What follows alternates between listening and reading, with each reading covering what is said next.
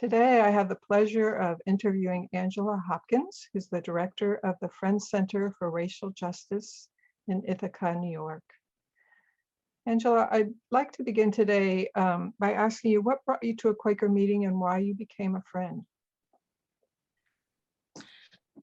So first, I didn't really become a friend. I just kind of had an experience that kind of hit me over the head and said, that's who I am. And it was a blessing to receive that message. I was raised a missionary Baptist from the time that I can remember. I just don't remember a time in which I was at Sunday morning going to church and all of the things that happened throughout the week at our church. The deacons were my tutors and my dance teacher and all of those kinds of things. So I grew up in a community that was grounded in the understanding of not separating church from community, and the sense of the collective charge being in the African American community. There just wasn't, it's like I can't even imagine a choice in which any of us felt the separation between the political and the personal. Yeah, I came to, my first experience was this hearing from, first of all, a person who said they were a Quaker, and I had no idea that Quakers still existed. I knew of the history, but that just really surprised me. And then I heard they were having this gathering, and that it was going to be in Kenya, and there were more Quakers in Kenya than anywhere else in the world. And that's just too much of a temptation for someone raised as a missionary Baptist. I want to just kind of, as a full disclosure, kind of say the understanding of mission that I was grounded in the African American community might be different than some's perception of mission from outside of that context. So I went to Kenya, and I met this woman. I went through to the Triennial, and I met this woman who invited me to spend some time with her afterwards. And this was Priscilla McKeno, who later became my pastor. And that's how I kind of, from there on in, it was just, you know, the evolving of the recognition that this is who I am, and this is the work that I'm called to. Wonderful. So you became a Quaker in Africa? Yes. My meeting was Zoya monthly meeting, Elgon East yearly meeting. It was a bit unusual back in the time because I was told they had never had someone from the US or outside of Kenya asked to become a member. So part of being raised as missionary Baptists is that we were told that, you know, we tithe our gifts, and that's not just our financial gifts, but we tithe our gifts where we are fed and where our primary place of where our feet lands. So we could be doing places in other spaces in the world. This whole idea of a church that is eternal, inward looking, is just not something that I recognize as our grounding in the understanding of community. Does that make sense? Yes. And so when you moved to the United States and began worshiping among Quakers in the United States, what were your impressions of these friends? So I'm from the United States, born and raised in Dayton, Ohio. And that call to, I just found I was spending more and more time in Kenya at the time. My kids were off at that period where, you know, we've got this, Mom, we're good. And I was blessed to be able to spend the time there.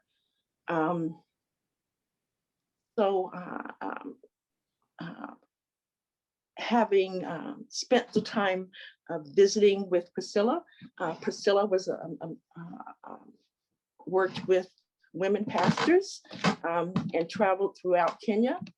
And so I just kind of, toggled behind her and listened. And then at one point she says to me, you need to know about Friends in the US. So the first minute that I had written was said very basically, Angela Hopkins feels led to the ministry to the US to share the message of Christ wherever it leads her.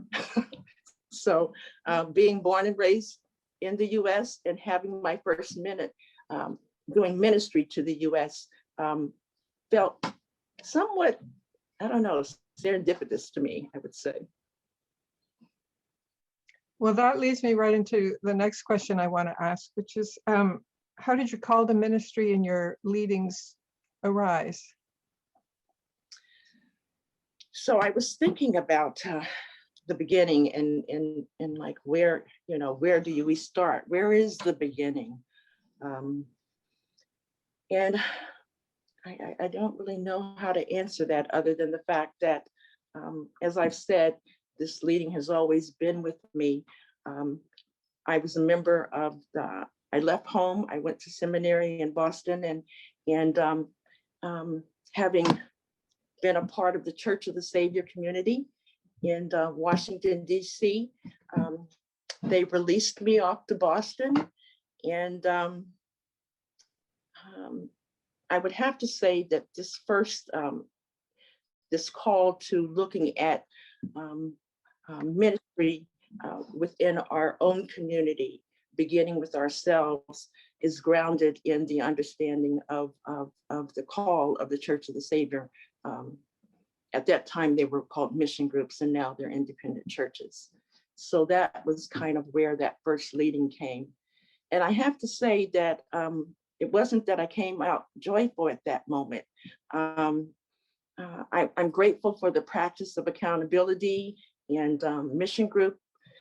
And so having that experience of sitting around the table and discerning and processing, we tearfully said goodbye to one another.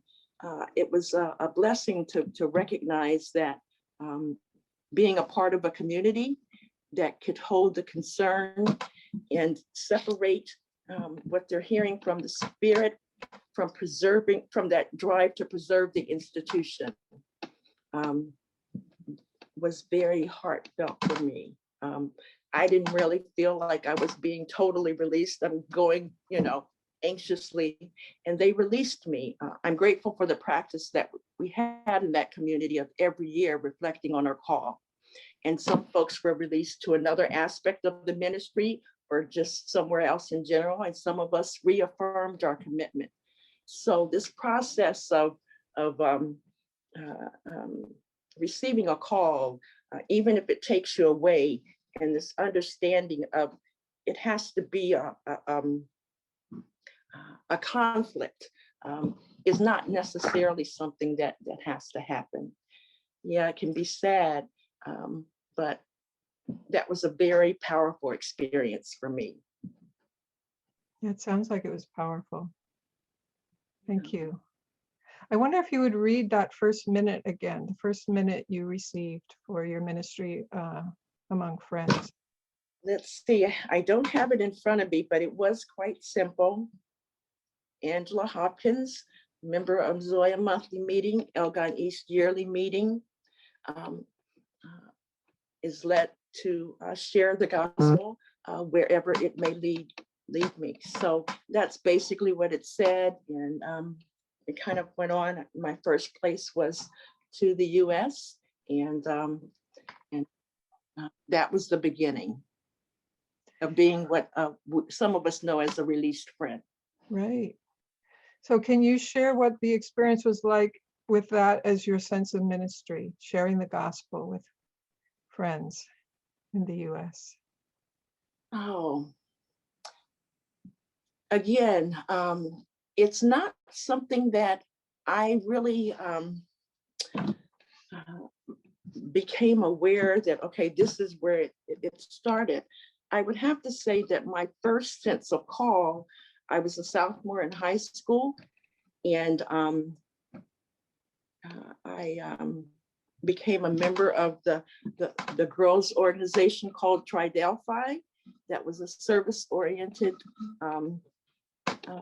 group, and I was surprised that that being service-oriented, at the end of the year, it's what are we going to do? You know, we're going to have a fashion show. And I'm like, that's not my understanding of service. And so I spoke to the director and, you know, kind of stood up in a manner in which we friends would recognize and saying, basically, this doesn't feel rightly ordered to me. And we began the proceeds. We still had the fashion show and the dinner, but the proceeds went to a local organization, and they're still supporting that organization there. Tri-Delphi is still active. It's a you know, it's a service-oriented community, but it feels rightly ordered to me. So that was my first experience. Yeah. Great. And can you tell me something about your experiences among friends in the United States, having a sense of that ministry of sharing the gospel? Oh, I first would probably have to say that that experience is where my feet are now. There were several steps among friends that came before this call. I was sitting at Pendle Hill one winter, facilitating, you know, co-facilitating an AVP workshop. And we were doing part one, you know, one section, we were going to have a break, and then, you know, over the weekend, we were going to start the second level. And there was this very gentle but committed woman named Val Live Oak, who very gently ministered during that time about the need in Burundi. And I'm like, yeah, but I don't speak the language. Oh, but you speak French, you'll be fine. And so all of these things kept coming up. I have to, you know, hindsight, I recognize that pattern from the Bible of of saying, but I'm not the one. My speech is but. And for every concern that rose, Val had an answer. And one of it's, well, you know, part of what we do, you know, we were at the time we're rebuilding homes, and I'm like, but I don't know a hammer from a screwdriver. Well, that's good because we don't use those things. So there were all of these answers to the excuses. And so I spent time in Burundi, and I did some work in Rwanda, and the ministry kind of flourished by word of mouth. My daughter is a professional dancer in New York City, and they have a group artists that were supporting a particular orphanage there. And it's like, oh, can you bring us back some pictures? And then there was a Methodist group that you know, discovered I was doing that. Oh, can you connect with this ministry? So my being released as a friend was more than being released just among friends. We made the most of those flights. So when I had the layover in Ethiopia before continuing on, I was able to reach out and support the ministry from the artists that were supporting that orphanage in Ethiopia. And that grew to be a part of what my charge was. So the connection of being a released friend, there were still connections with those from the Church of the Savior who had ministry there, and other groups that were connecting in that manner. And it ministered there. Mm-hmm. Did I answer your question? Yes, in part, and I have lots more questions about that, but I do want to make sure we have plenty of time to talk about your ministry to racial justice and the work of the Friends Center for Racial Justice. So we'll move there for now. And Could you tell me more about that work and that ministry and how you felt called to it and how it emerged? So one night, Priscilla and I, my pastor at the time, we began traveling together in Kenya, and we began traveling together in other places. Priscilla came to the U.S. every year. She worked with the Women in Right Sharing for World Resources and did a multitude of other things. And we were having one of our John Boy conversations at night, which we often did, after praying before going to sleep.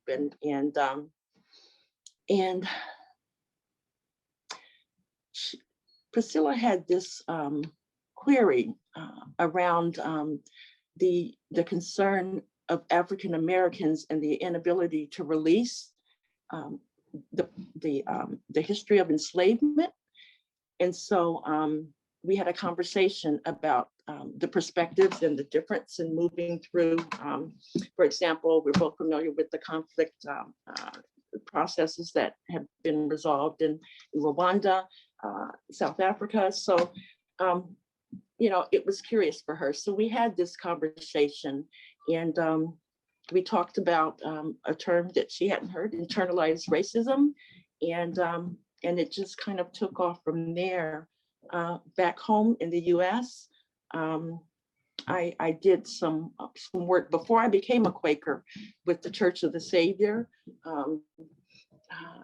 I was trained through Mennonite Central Committee, their anti-racism analysis training called Damascus Road, which is now known as Roots of Injustice. Way back in the day when this work was kind of emerging.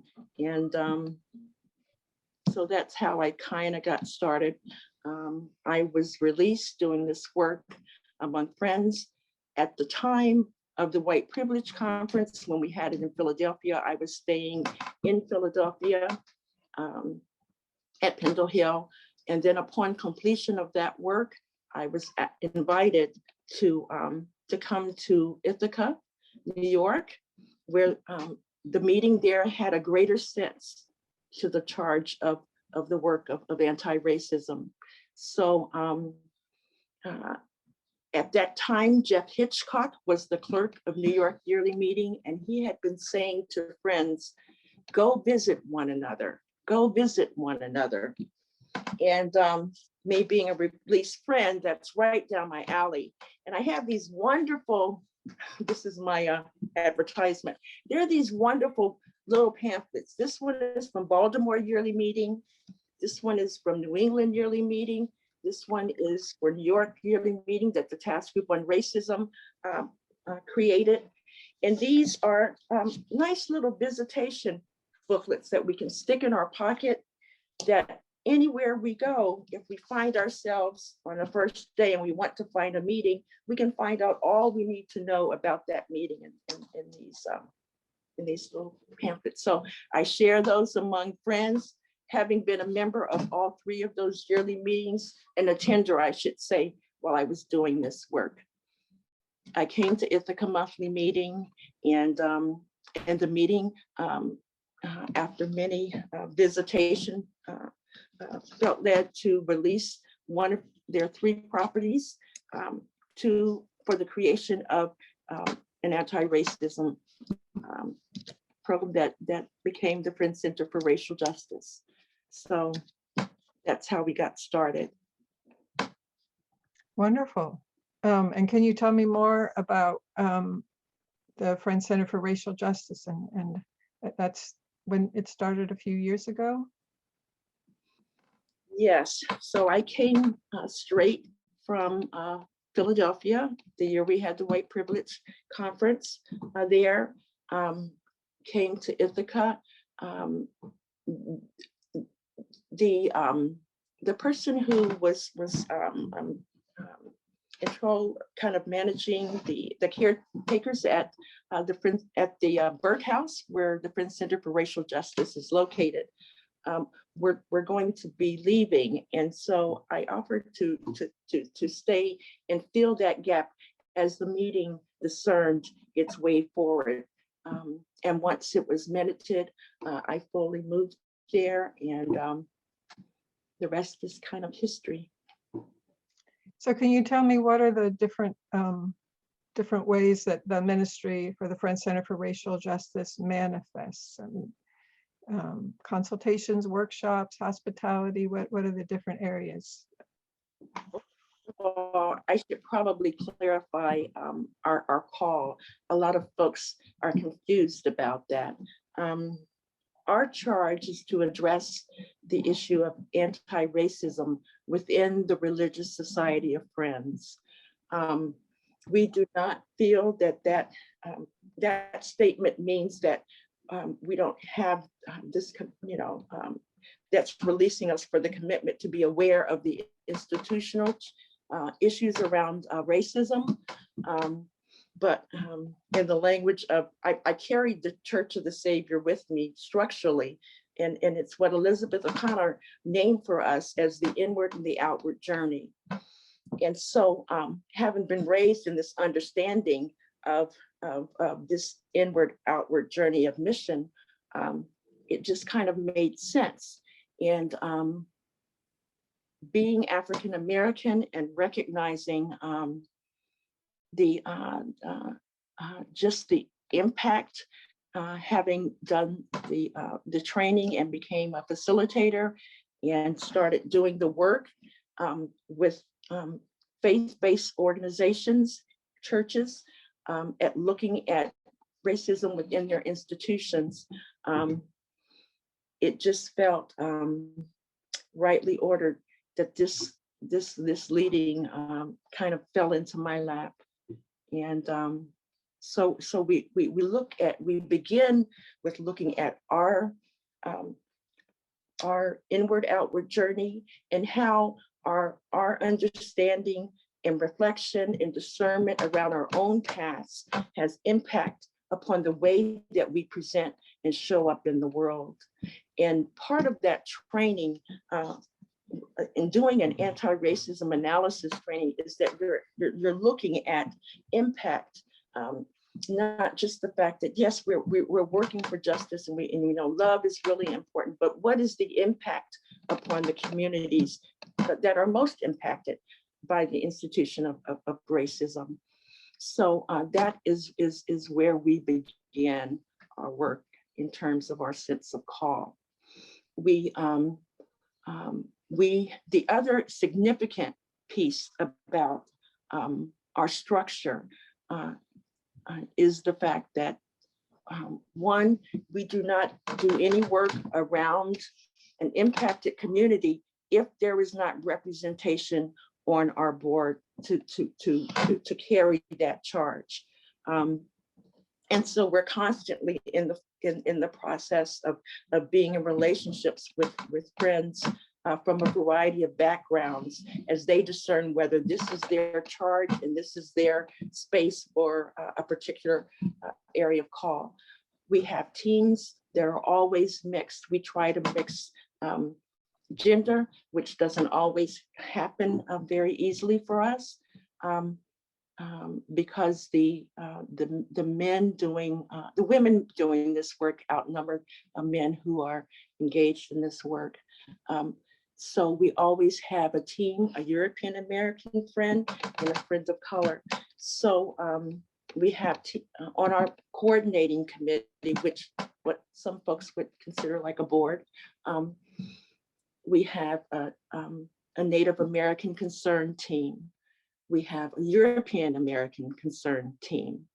We have an African American concerned team. So, and then we have two other, one team that's just beginning this year and unfortunately having to come in during this time of COVID, during one of our workshops that we offered, the binary of our understanding of African American and European American, the prevalence of that. And we recognize that racism is not just an issue that happens here in the United States or to a certain community. but also there were some among us who said that the binary made them uncomfortable. So we do have a new team this year for those whose experience is diverse. My background, I'm Choctaw and African American, and there are other friends who have felt led to have this particular team because that lens is different than when we're looking at things from a binary. So what So do the those- teams do? So part of the work, initially, the work of the coordinating committee was twofold: facilitate or coordinate one event a year, and to assist one of the other teams in coordinating or facilitating their particular work. By that meaning accompaniment, being able to have a lens that we all need in terms of being able to step back. That's kind of what we do. We started out with looking at the understanding of community from a racial justice, decentered European American whiteness lens, and recognizing in that process of saying, well, initially there was a lot of a challenge in that I said, we cannot use the term beloved community until we unpack what that term means and what it looks like from this lens. So we started out with that, and we had a kind of an internship kind of process of being with other spaces, other communities that were working on and looking at community, particularly beloved communities, from a faith-based position. And then now we're at the point of our plan was to start this even before COVID, but it just seems, again, very rightly ordered, that our focus work is going to be around small focus groups. We have done 2 years of work of looking at community, and we've done work at working with other communities and other places, and building relationships of learning opportunities. And now we are refocusing and saying, so what does that mean for us today? This was a part of the plan, but it was not planned with the awareness that COVID was happening. So we're about to start in April our tables for 10, as well as our worship group that really looks at are really being able to examine this inward outward dance to our ministry and our witness. Can you say more about what a tables for 10 is? Well, first I should say there probably won't be 10 because I have a friend who said, when you get gallery view, you can get 9 people on the screen. So I said, so we'll call it a table for 10 with there being 9 people, and the Holy Spirit will have that other seat. So we're really looking at folks who have similar calls. There are folks who've been involved with FCRJ at the beginning, who are at a place of needing a specific type of support in order to move forward. Their jobs lead their focus to be around institutional racism. There are others who have responsibilities for a regional or their monthly meeting who have particular concerns. So the tables for 10 are going to be organized around particular aspects of the work of anti-racism. It is the dynamics of folks are from different aspects of Quakerism. So we also we have this listening project where we listen to yearly meetings, monthly meetings, or individual conflicts that rise. And so some of those folks will be joining us in our table for 10s that are organized around these particular aspects of this work. Wonderful. Angela, you said there was a quote from John Woolman that particularly speaks to your ministry. And I wonder if this is the right place to share that. Okay, so this is one of the aspects of this work that we have been addressing and working with. And I was quite surprised to find this this document that was shared with our community by Jerry Liepard. And this is taken from the journal and major essays of John Woolman.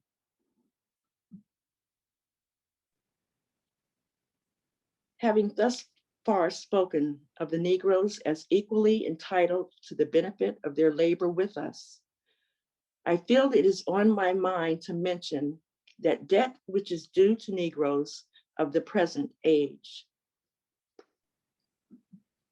Where men are so formed, like into a body consisting of many members, a society whose power does not use all reasonable endeavors to execute justice and judgment, the inequities become chargeable on such a civil society. My heart is afflicted with sorrow while I write on this subject. Had the active members of civil society, when those injuries were first attempted, united in a firm opposition, how much better had it been for these American colonies and islands when the ancestors of these people were brought from Africa. A veil was gradually drawn over the practice, the most foreign to righteousness in the face of things so disgusting. But few people appeared to be alarmed at it or zealously belabored to have justice done to the sufferers and their posterity. Do the will of God from the heart, that your labors might not be those of men pleasers, but in singleness of heart as unto the Lord, faithful, attending on the leading of the Holy Spirit, that our senses may be exercised to discernment. To comply with demands that are not equitable is an affliction. For a man in power to demand service of another without proposing an equitable reward appears to have the spirit of persecution in it. The Negroes have been a suffering people, and we as civil society are they by whom they have suffered. Now, when persons have been injured as to their outward substance, die without having recompense, their children appear a right to that which was equitably due and detained from their fathers.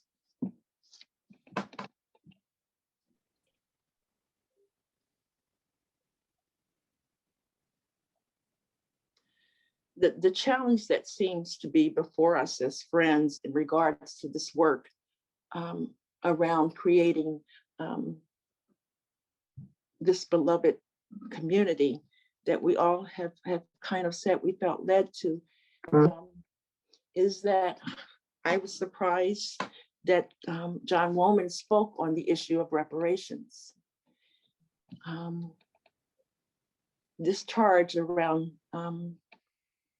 the Easter season feels pretty, is kind of tugging at my heart.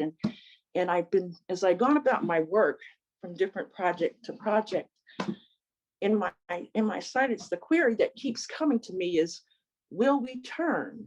Will we turn? And so I keep asking myself the queries as we are instructed to do. Is this a message for myself? Is this a message for now? Is it a message for community? Which in my situation is like, which community?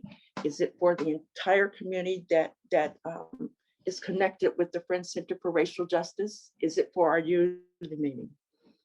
we all seem to have this concern that is manifested in the world now around the work of anti-racism. The reality is, as we kind of see it, is that the work of anti-racism, some folks are not comfortable and see it as a concern for us as a faith community, seeing it as a social justice issue.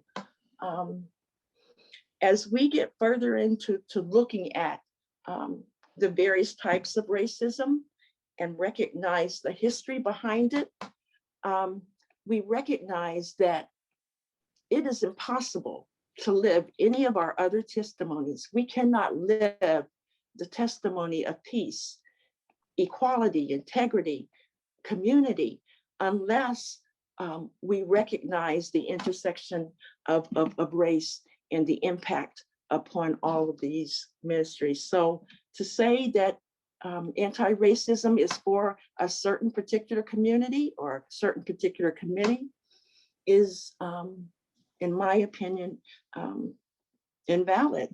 We need to look across not only our various branches, but in all of our committees, in all of our work, our inward work and our outward work, examining our heart for bias in ways in which we prevent the spirit from actively moving in our lives. Thank you.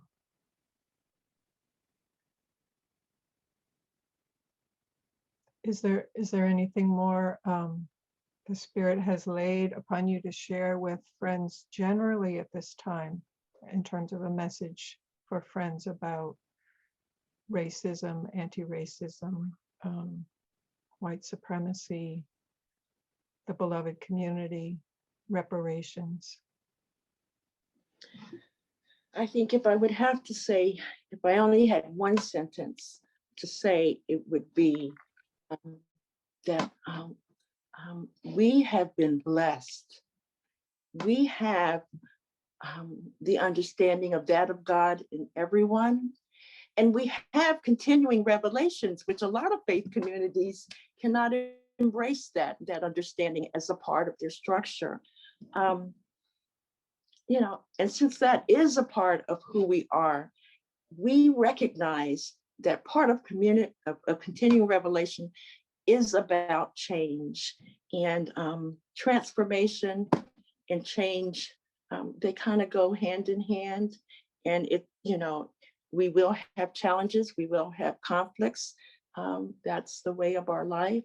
But recognizing how we're all interrelated and how this work crosses all of our various denominational attachments, the care of one another, the care of the earth, and recognizing how all of those things are really important. And I hope that more of us in the Religious Society of Friends will find the grounding to discern within their own space that perhaps it's time for us to examine our structure and to broaden our understanding of our history, broaden our understanding of the term reparations, and how we define currency, our impact upon those who are most impacted, and how we work with one another. So, well, that wasn't one sentence, was it? But that is the greatest concern of my heart in terms of us. We have always felt led to care for others and to do the work of service.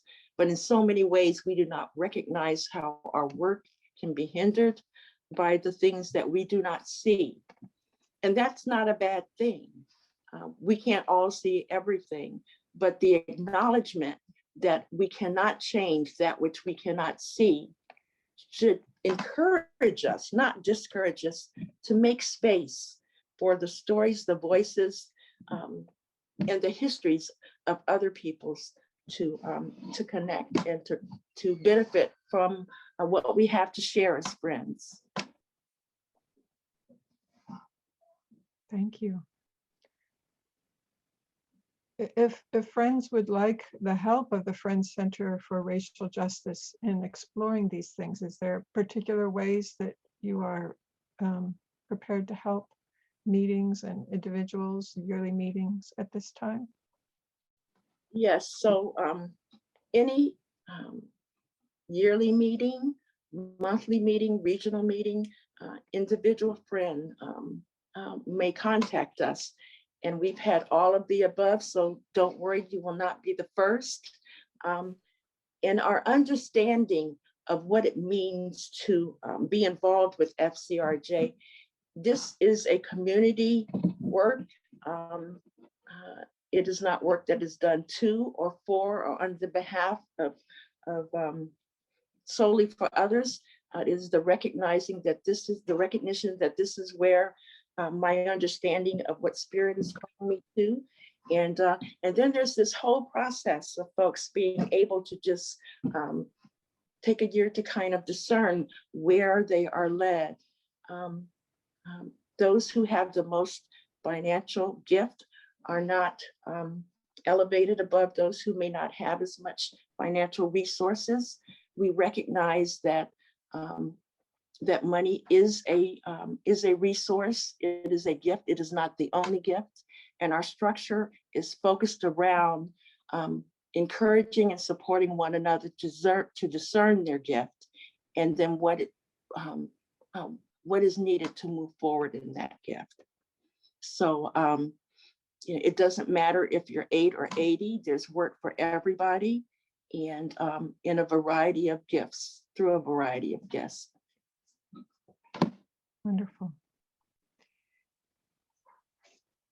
I'm particularly interested in asking questions about how this ministry is supported. But before I go there, I just want to make sure, is there anything else you want to say about the ministry itself or the message of the ministry?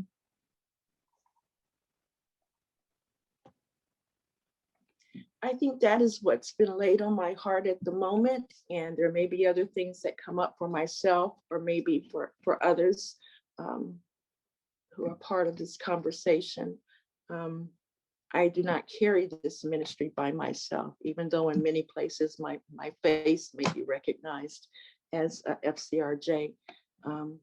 But that's kind of our way of focusing on our structure and being faithful to our particular aspects of our call.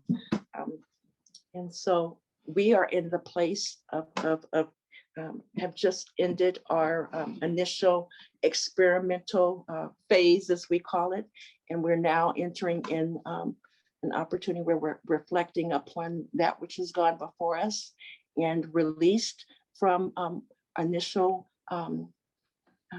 understandings to now move forward and say, what is the call for us at this particular time? So we welcome everyone. So can you tell me how this ministry, the Friends Center for Racial Justice, has been and is being supported by Ithaca Meeting and New York Yearly Meeting? So first, just feeling very grateful to have come to the region to do this work, which is very dear to my heart. It began with Ithaca Monthly Meetings charge to this greater sense of doing this work, and then recognizing certain understandings around anti-racist protocol and practices, and looking at what would the structure be like. So I attended the Radical Faithfulness program at Pendle Hill, and met a woman, Karen Friedeborn, who at that time was a part of the program. And that is how I ended up at Ithaca Monthly Meeting, in terms of having this of them, the invitation. I did 4 listening sessions. And we began this journey of saying, who's carrying one piece? So the call has always been about everyone finding their particular place in this work. There's enough work for everybody to go around when it comes to this charge. So folks, this time has been about people saying, this feels rightly ordered. I'm comfortable with this piece. And so looking at that structural piece is kind of where we are. Initially, the commitment by Ithaca Monthly Meeting was to release, for the purpose of FCRJ, the house for the ministry. And at the time, Ithaca Monthly Meeting, members of that committee felt led to different aspects of the home group organizing. So friends, over 50 friends signed up for 7 committees, from doing meals to accompaniment to just a variety of things. And that is how we started. Because our charge has been to friends everywhere, we have relied on donations, which has been a challenge. We are not supported by a yearly meeting. We're not supported by an organization. What we have asked, everything is pay as let, because we have this understanding of economic justice, and we want everyone to feel that they can come and be present, and there's no one who will be excluded for whatever reason in terms of their gift, financial or otherwise. But it has been a struggle. The reality, and I can say this, and it's sad to have to say it, but this can be verified, is that those of us who are leaders of color are vetted in different ways. The support to our ministry, financially and otherwise, can be challenged. And doing this work of looking at this analysis and becoming aware of these aspects can help us move forward in terms of saying, where are the places that these kinds of things are manifesting, and recognizing them for what they are, and looking at our structure and laying down those pieces that no longer serve us, and creating new structures and pieces of this work that move us forward. So it is totally by donation, pay as led, but it has been a struggle. So if friends were inspired by a spirit of abundance and generosity, what support would most be needed by the Friends Center for Racial Justice? You say that again, what support would? Well, if friends had a strong sense of abundance and were inspired by generosity, what kind of support do you think would be flowing to the Friends Center for Racial Justice? What other support do you need that you aren't receiving yet? So I would have to say, in addition to the financial challenge that's presented by, our current, in the reality where many of us who are doing these kinds of works post-COVID has made it even more challenging.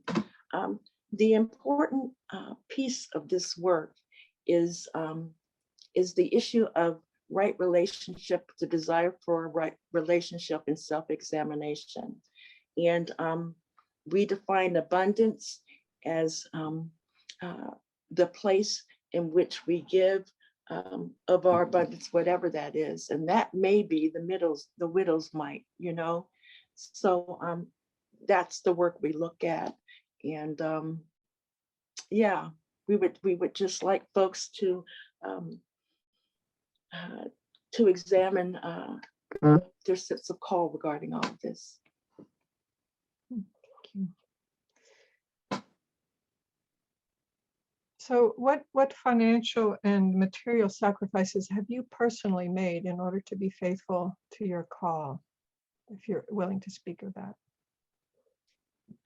I have struggled to speak of this, but recognize that it is a part of faithfulness that is required. There were initial commitments that were made that that was a foundation of which we got started, and those things did not manifest, and so it's kind of got us really off kilter. So in the midst, really looking at how do we do the work that is before us, that we committed to, not looking at what other folks are doing or what other folks are committed to. Where do we go from here? That was the first query that we answered as a community, we looked at, and it is a continual process. So I have worked for 5 years with no salary, and I've had to take early retirement, which I'm just realizing there's a severe penalty for that. And other friends have recognized that there are certain balls that have to be managed within any organization, and we work with the gifts that God provides for us, and we're still here. But the query about will we turn, will we recognize the difference that bias has in terms of our prioritizing across the board, is really an important piece of the work that needs to be examined. The practice and the understanding of the inequity that happens in terms of salary, the propensity in which that certain people of certain privileged backgrounds even get to tell the stories of those who are present, and recognizing the work of folks of color as rightly ordered and grounded for this time among friends, and that recognizing this in terms of right relationship is one of the things that we're going to have to get a handle on. Again, we can't change that which we cannot see. So doing that work to help us across the religious society of friends be more faithful to that charge. Thank you. I wonder if this is a good moment to hear from members of the of your support committee about their experience of supporting this ministry, and let's see if there's any who is willing to share something about your experience. If so, you could introduce yourself and mention how long you've been involved with the Friends Center for Racial Justice, or if there's a separate committee that supports Angela's ministry, if that's the case. My name is Steve Mulkey. I'm a member of Ithaca Meeting, and also serving New York Yearly Meeting as General Secretary.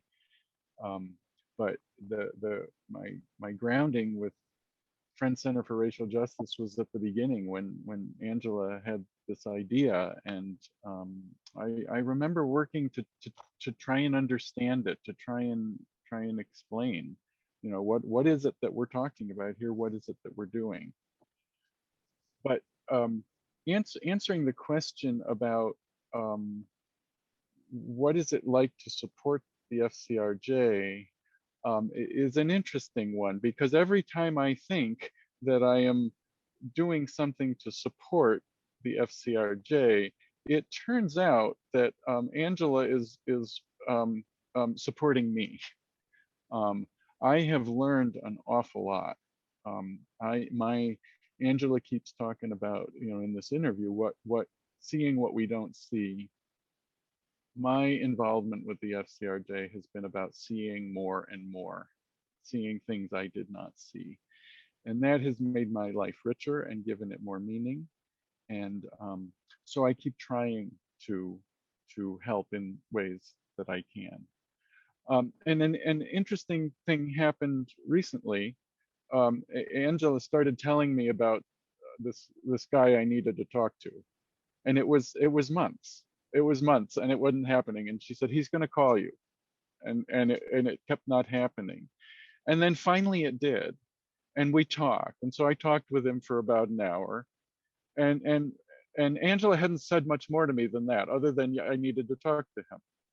And after we talked for an hour, he said, I think everything you've said is what Angela's been telling me. I think you just said the same things. And so it was nice, and so if he needed another affirmation, but the things that I told him were not specific. Angela didn't say, go tell him these things. It came from the understanding that I developed through working with this. That's been so am I supporting the FCRJ when I do that? I don't know. I think what I'm supporting, I think I'm in partnership, supporting the movement of racial justice. Thank you. I'm Antonia Saxon, also a member of Ithaca Monthly Meeting and also co-clerk with Angela of Farmington Scipio. And I want to echo what Steve said about not feeling that the work is supporting the FCRJ as so much as being supported by Angela.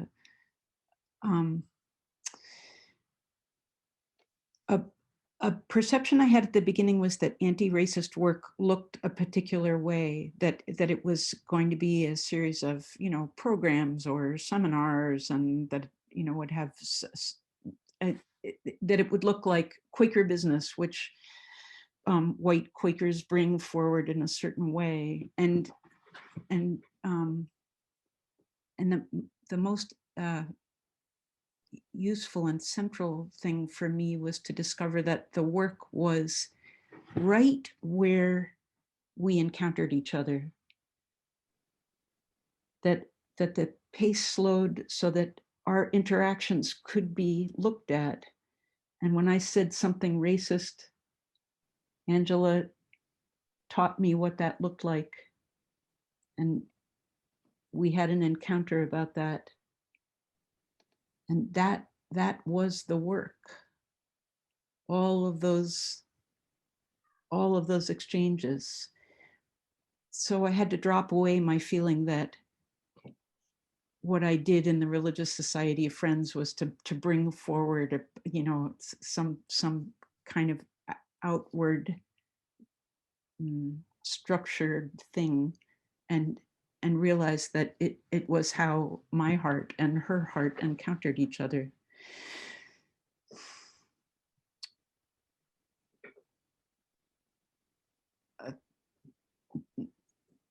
I'll leave it there. Thank you. I'm Kai Quirk, and I've been connected to Angela and the FCRJ for a while, but more specifically involved in this last year since I moved back to Ithaca. And what came to mind when thinking about this question was a poster that was on the wall of the kitchen in the co-op I lived in school, and it said, "Justice begins in the kitchen and washing the dishes," something like that. And so one of the ways that I've been specifically involved is helping with some of the behind the scenes with tech support that as a young person growing up with computers is one of the things that is a way that I can support this work being more accessible, or more available to people who are looking it up on the internet, and then also just connecting, like Steve said, some of the ways that walking alongside this work of justice within the Society of Friends, and additionally with several people who are on this call today, working on a minute for aiming for the New York Yearly Meeting to work towards being an anti-racist faith community. And so that's another way of walking alongside and this goal of the Friends Center for Racial Justice, creating justice, racial justice in the Society of Friends. My name is Judy Meikle, and I'm a member of Wilton Meeting down in Connecticut. And my paths first crossed with Angela down at Pendle Hill on the Radical Faithfulness Program. And then in the way that she so often does, she pulled me in by recognizing my gifts and gently suggesting that I might like to get involved. And my first response was, well, what do you want me to do? Please give me my instructions. I want to understand how all this is structured. I want to understand what the purpose is. I wanted to understand everything. And over the years, Angela has always gently reflected back to me when I'm being white-centered, my white-centered ways. And as others have said, I have learned so much from her, and she is always my invaluable accountability person when I'm struggling with things with my anti-racist work. One of the things that she recognized in me was that I was doing my prison ministry work through a racial justice lens, and she pulled me onto the coordinating committee with a friend of color who was also formerly incarcerated, and we did some work together through this inward and outward journey with the prisons committee. We hosted a retreat at the Friends Center for Racial Justice, just to name one specific thing that we did for the New York Yearly Meeting Prisons Committee, and endeavoring to lift up how to do our prison ministry and our volunteer work with more of a racial justice lens, with more of an anti-racist lens. We also bought a replica solitary confinement cell to Ithaca and used that as a way of thinking about this question of Black and brown people suffering through the use of solitary confinement, and making connections to, we have prison worship groups in New York Yearly Meeting, and that is a part of our body. And these are people of color within our predominantly white body of the yearly meeting. So it's all about connections. But I think that the most important thing that I have learned through my connection with the Friends Center for Racial Justice is that it is mostly, the work is mostly about relationships, and the way that I can be of greatest support is in my sense of relationships, not just with Angela, but with all of the people who I see on the screen, and with extending my relationships out beyond to anyone who is doing anti-racist work within the yearly meeting, and to others who might feel led to do that, using what I've learned from Angela, using what I've learned from my anti-racist compatriots. And I'm very, very grateful for the work that we do. Thank you. Elizabeth, would you like to speak? Yes, I guess I first encountered Angela when she visited our meeting, and those were very memorable, touching, moving experiences, as I remember sitting in the meeting room as she talked and answered questions and was in conversation with us. And I was glad when the Friends Center opened here. And for myself, I stopped working at one point and retired and went to the center and said, you know, can I volunteer? And I guess that came out of the community class. And that was good. Even though, again, I came in late to the community class, but it was a learning piece for sure. But I started volunteering to help prepare for the community classes, which is like making beds and washing floors. And Angela and I, it was a funny thing to say in such a serious conversation, but we kind of connected on the fact that we both like to clean. I mean, for myself, I can just say it gives me a sense of control. But then this has turned into a weekly, every Thursday, or most Thursdays, I'm up there and we're doing practical things. But part of absolutely every visit, and for some, it's the entire time, we sit and talk. And I always feel like I gain something. I hope, you know, because I hope when I'm there that I'm not like a drain or anything on her, but I feel like I always take something away. And I'm glad that the Friends Center is there. It makes me hopeful to think, well, I hope this continues. I hope this works. I hope this work continues. But I feel like changes have been made in myself. And I think what other people have said, you know, repeats that in different ways. So I'm hoping that this is part of a movement, of a deeper movement within ourselves, so that we're each taking it out into the world all the time. Thank you.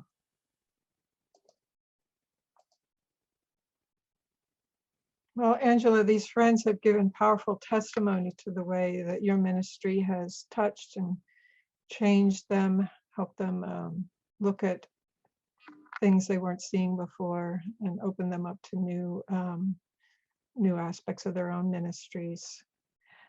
Before we finish this interview, is there anything more you would like to add?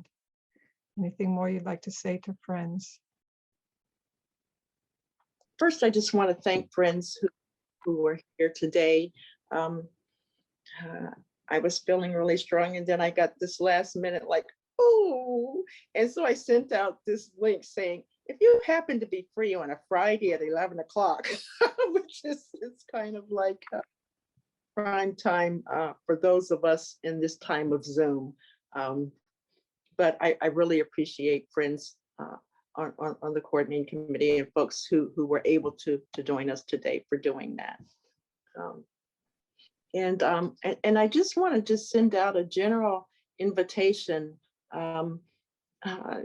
wherever you are in this particular journey, if this is a commitment that you really feel that the Lord has laid on your heart, that this is rightly ordered to address this, the issue of bias and racism within our own selves and within our own religious society of friends. And by all means, if you're doing something and it's working, please contact us. So we want folks to recognize that this is our home. This home belongs to friends everywhere. So I'm just hoping that folks, as they journey on, will recognize that they are truly welcome here.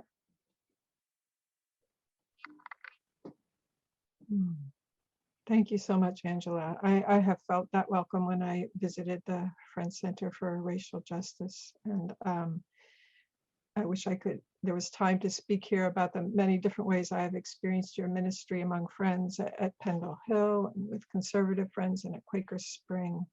You really have brought many gifts to me and to many Quaker communities. And I'm so glad for this work and hope that it will get all the support it needs to continue, that you will get all the support you need to continue in this ministry. Thank you. Thank you.